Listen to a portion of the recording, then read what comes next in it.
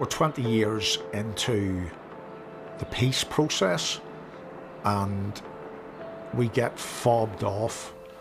Brush them under the carpet, let the victims go away, both the injured, both the bereaved. They don't count. Turn the key on the lock of the past. Just say, we'll put it in its box, we'll bury it away in the corner. For some, that may be an answer, or that may be an option. I'll tell you now, it's certainly not my answer.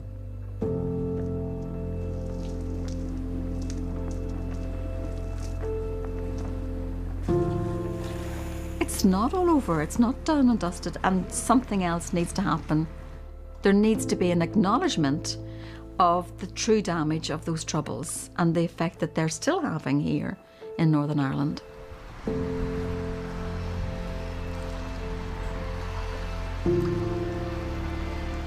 People sometimes just take life for granted, but life's not like that. You should never take nothing for granted because tomorrow is promised to no one.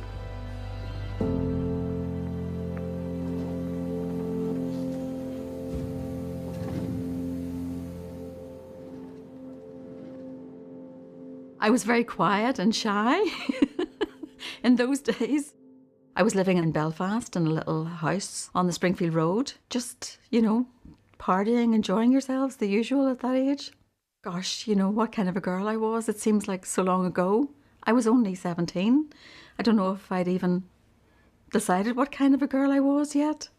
I hadn't a care in the world, actually. I was working at scaffolding and going to the bar for a drink with my friends at night and whatnot, and I had built up a good rapport with friends, and I always loved to meet them on a Friday and Saturday night.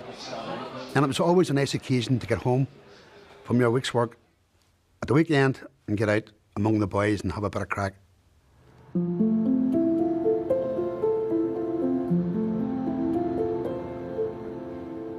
I was a student in the University of Ulster at Coleraine. Most weekends I would come back home for the usual student food parcels and sort of the mum to do the washing and things like that. My father was a contracts manager for Henry Brothers. Henry Brothers were a company that carried out work on security force bases throughout Northern Ireland.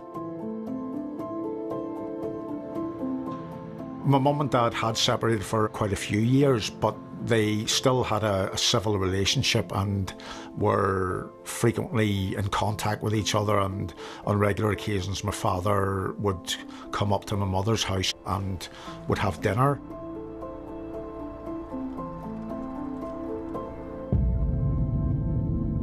I turned to my right and there was two gunmen standing there with balaclavas on.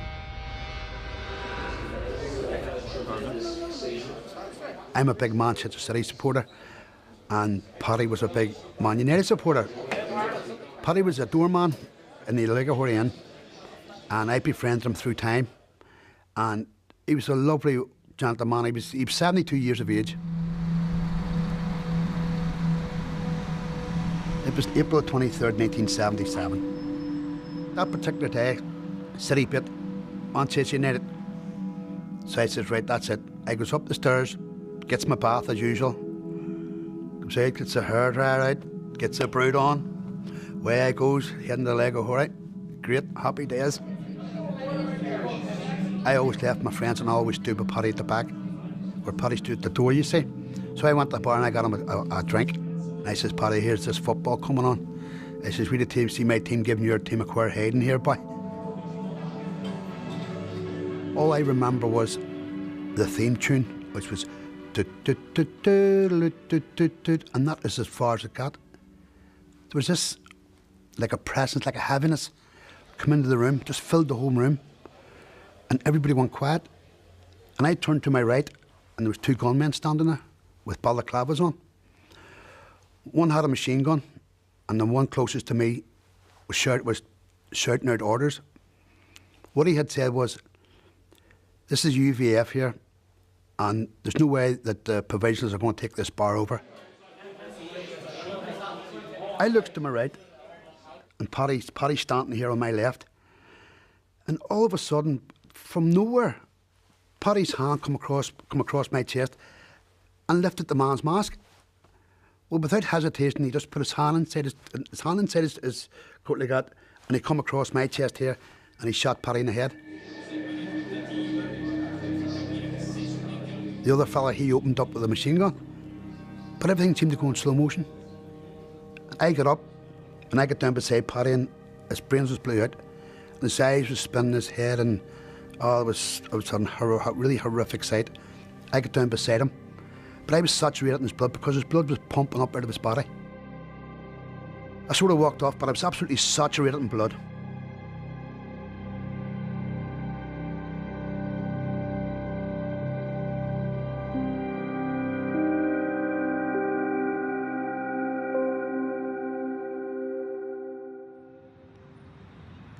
It would have been on the evening of Thursday, the 21st of October, 1993.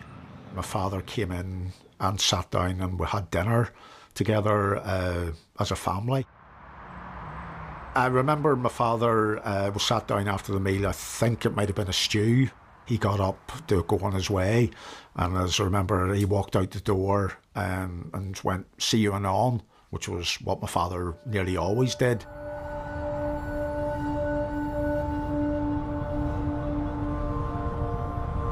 After leaving my mother's house, he stopped off for his regular box of cigars, his treat, and then drove homewards to his house in Cornview. He drove home, stepped out of his car, started to walk up the driveway, and was then ambushed by two individuals, and unfortunately was shot and killed.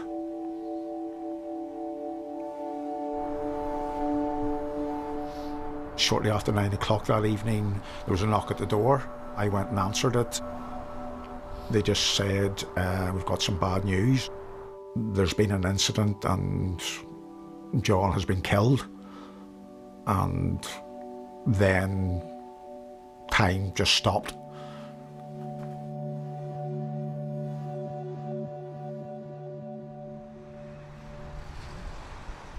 On the Saturday before, we'd been out to a dance, a disco, and one of the guys had walked me home, and we were chatting, and he wanted to see me again. So I said, "Well, actually, I'm off on this date."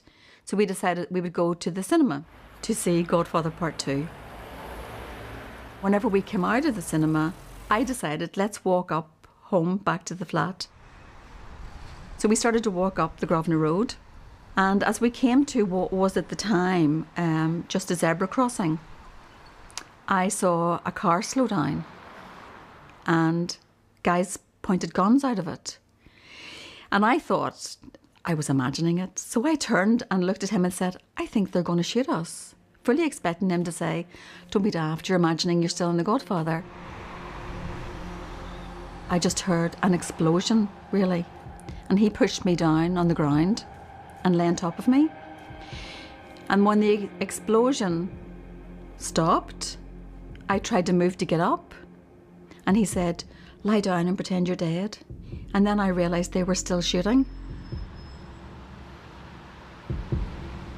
Whenever it all was over, I tried to get up and I couldn't get up. And I was just lying there, and I could just see my kind of feet looked as if they were getting bigger and bigger.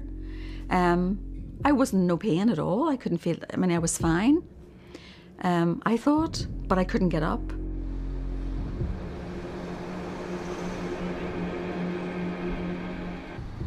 But a foot patrol did pass me while I was lying on the ground. And one of them looked down at me and said, "Oh, great, another Fenian gone."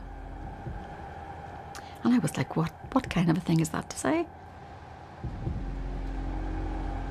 Then the ambulance arrived. They lifted me, and then I knew I was damaged, because then the pain was terrible. Terrible. Counselling, to the best of my memory, was never offered, so we were left to deal with it on our own.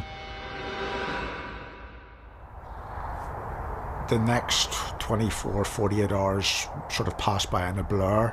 Personally, I don't think I slept. I think I was bouncing round every wall in the house, just trying to come to terms with what had happened.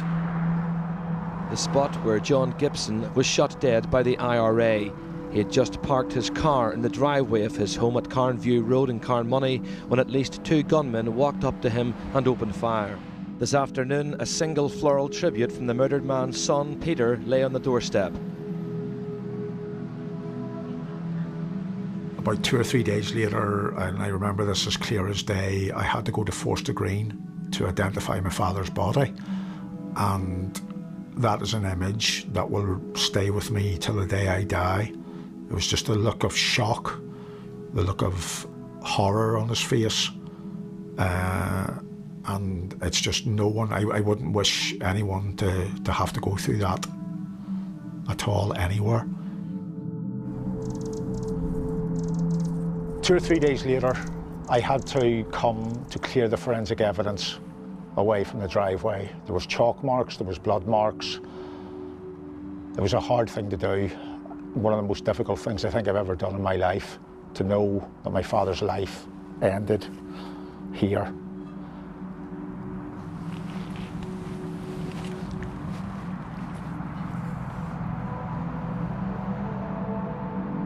My father was my hero. Anyone you ever spoke to, there was nobody would have ever had a bad word to say about him. It was difficult. It was difficult to take on board and to realise the impact of what had happened. Counselling, to the best of my memory, was never offered, so we were left to deal with it on our own. Personally, how I dealt with it, certainly not to be recommended, was I started probably with my friends drinking very heavily. And probably still drink a lot more than I should today. But for me, that was my get out, that was my escape. That was the way of burying the pain and the hurt to an extent.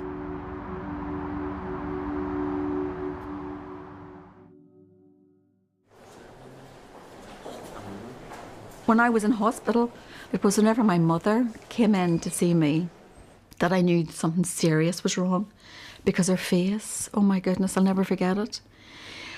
And I thought, oh dear, this is bad, this is bad.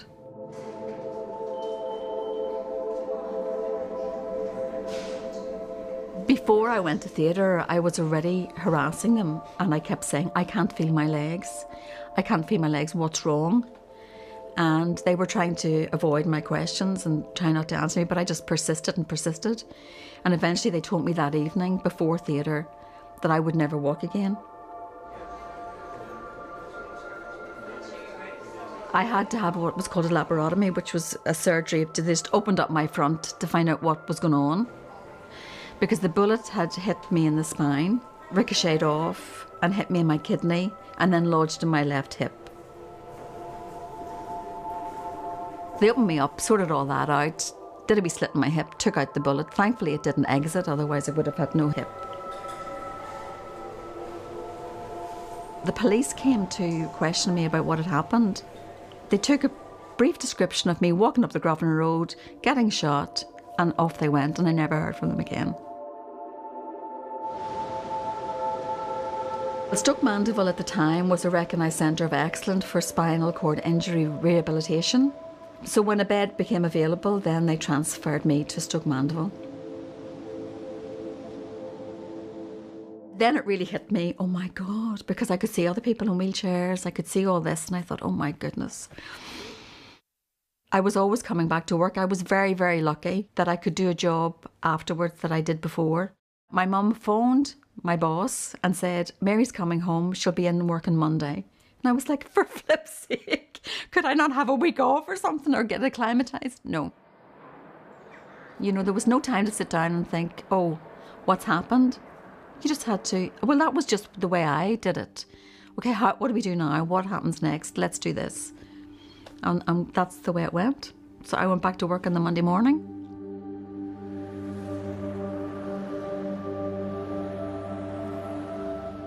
I remember walking home, the street lights were just, as I walked towards them and they were going over my head, I was going, did this happen to me? I said, am I dreaming here? What's happening to me? I don't know.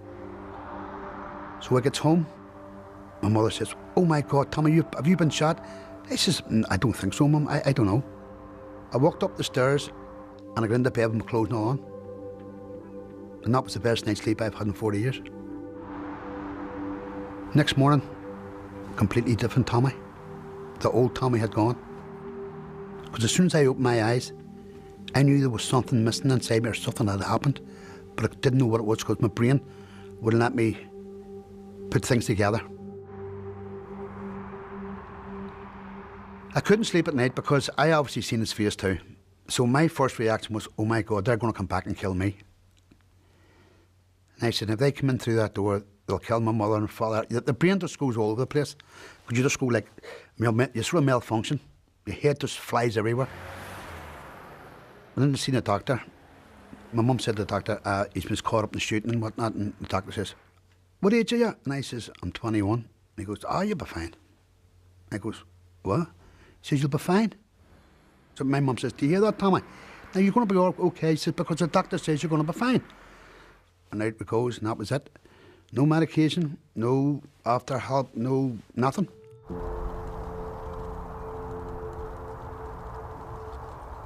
I couldn't even go to Paddy's funeral.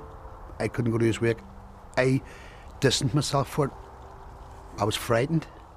I couldn't sleep. At least wee noise, I was waking up and, oh, here they're coming to get me now, and didn't interact with anyone and sort of kept myself to myself and didn't trust anyone. The whole happy-go-lucky Tommy had gone.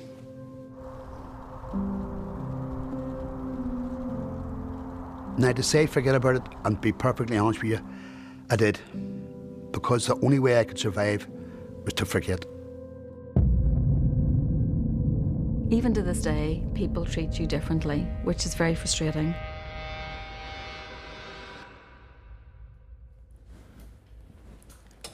Getting up and getting out and getting ready in the morning is not easy. It's never easy. It takes extra time. It takes so much. But you either decide, focus on that, or focus on what you want to do. And if I was just to sit down and focus on how difficult life is, jeepers, you never get anything done. I just want to live my life as best I can. And I have goals and things I want to do. And so I try not to think about the things that are difficult or impossible, just try to live.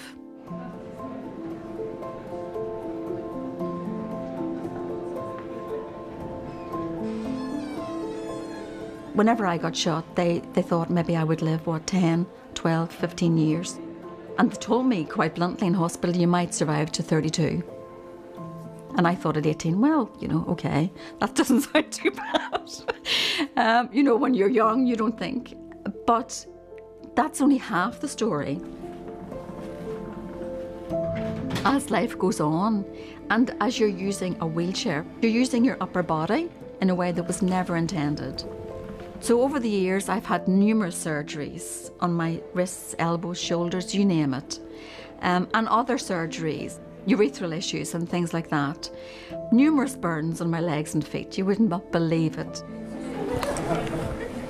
Hey, everybody. Let me double check. Who are you all? Biomedical science. But it's the ongoing damage that's so difficult. So you live in constant pain. That sounds so cliche, but you do. How many of you have read it? They tell you that it will go away, but that's a lie. But I understand that, because if they'd have told me that it wasn't going to go away, I don't know that if I could have coped. What happens is you get used to it and you deal with it, and it's there in the background all the time.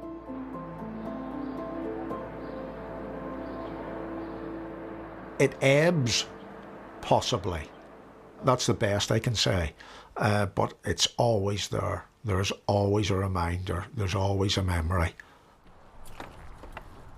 In the immediate short term, it's a blur.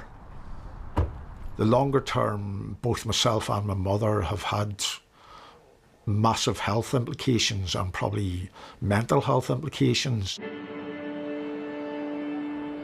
This is my mother's house, where my father had his last meal that evening.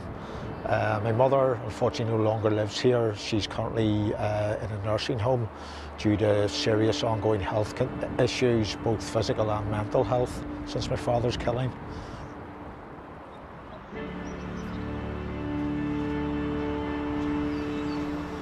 Personally, myself, I've suffered 3 heart attacks, and again, a lot to do with the stress of my father's killer and sort of what I've gone through following his actions. And it's still there every day. It never goes away.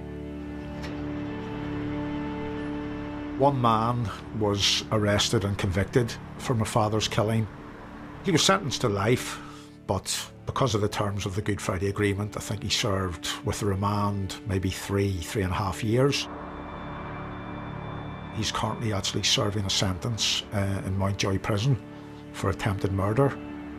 I am still personally fighting to have him now rearrested for my father's killing, because under the terms of the Good Friday Agreement, as we were told, if you commit another criminal act, you return to jail to serve your original sentence. One Saturday afternoon, I was driving into town with my partner, and when I came round off the M2 onto the West Link, I saw a man step off a lorry, and to this day I'm convinced it was my father's killer. I panicked, and I then drove like a maniac, hoping that when I came round the corner, the man that had murdered my father would still be there, because he was going to go over my bonnet. I was convinced of that. Unfortunately, by the time I made my way round, he had gone. It shook me massively. I actually drove into Belfast, parked the car, went to a bar, bought a pint of beer, and burst into tears. It had affected me that deeply.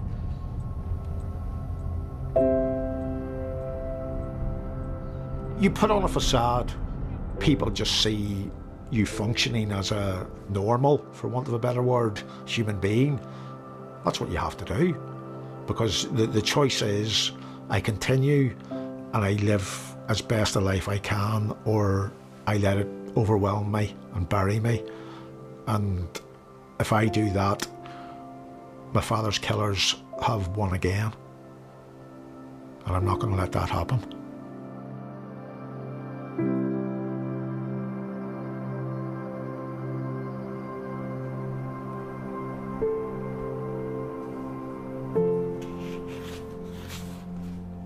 I was married roughly about 6 years, sitting watching a TV programme. It was called The Hungerford Massacre, and there was one glimpse of him shooting this man in the head, and I jumped up and I tried to run out the door, and I couldn't get out the door.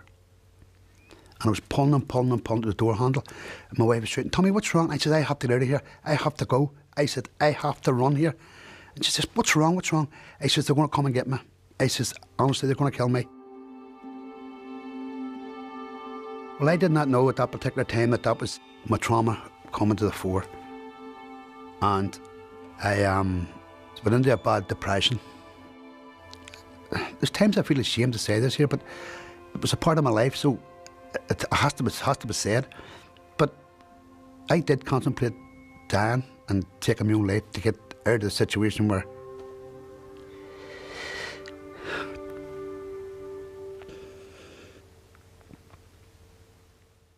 I wanted to get out of the situation where my wife and the children and stuff didn't have to. They didn't have to suffer because I wasn't in the right place. They needed a father. My wife needed a husband. I felt that I wasn't that person.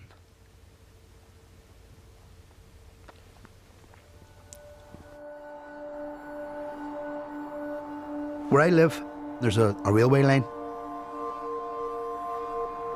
And I had it all planned. I thought about it, I dreamt about it. I felt it. What I had planned to do was walk out in front of the train. Because I knew once I took that step that I wasn't coming back.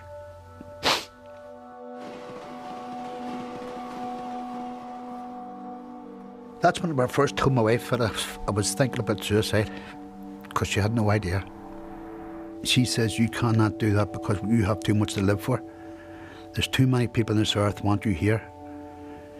And I couldn't believe it that when she said to me that how much they love me.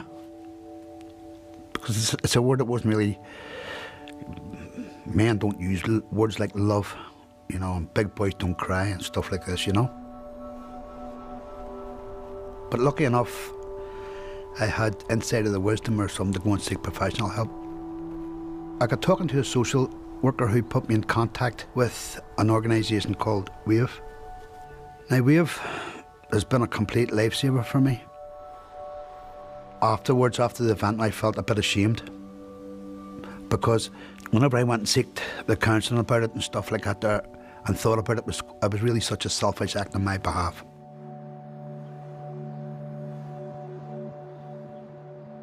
So whenever I come out of that mode that I didn't want to kill myself, enthusiasm come back, the energy come back, the will to live come back, everything that I wanted and yearned for all these years had come back to me again.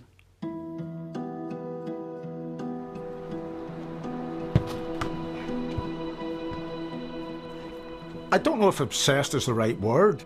Driven, certainly. Yes, I will pursue every avenue possible because I believe what I'm asking for is right. It's quite easy for the media and the general public to say, let's move on, let's continue. But unless you've been in this situation yourself, it's one of the hardest things in the world to go through. I do think that unless you know somebody who's been injured or who's been bereaved, I don't think you really do know the toll it has on those people or on those families. And the worry that I have too is, I worry about my daughter because she's affected by it. She still worries about things and is very upset by things. And that worries me because that's living on. That memory is living on.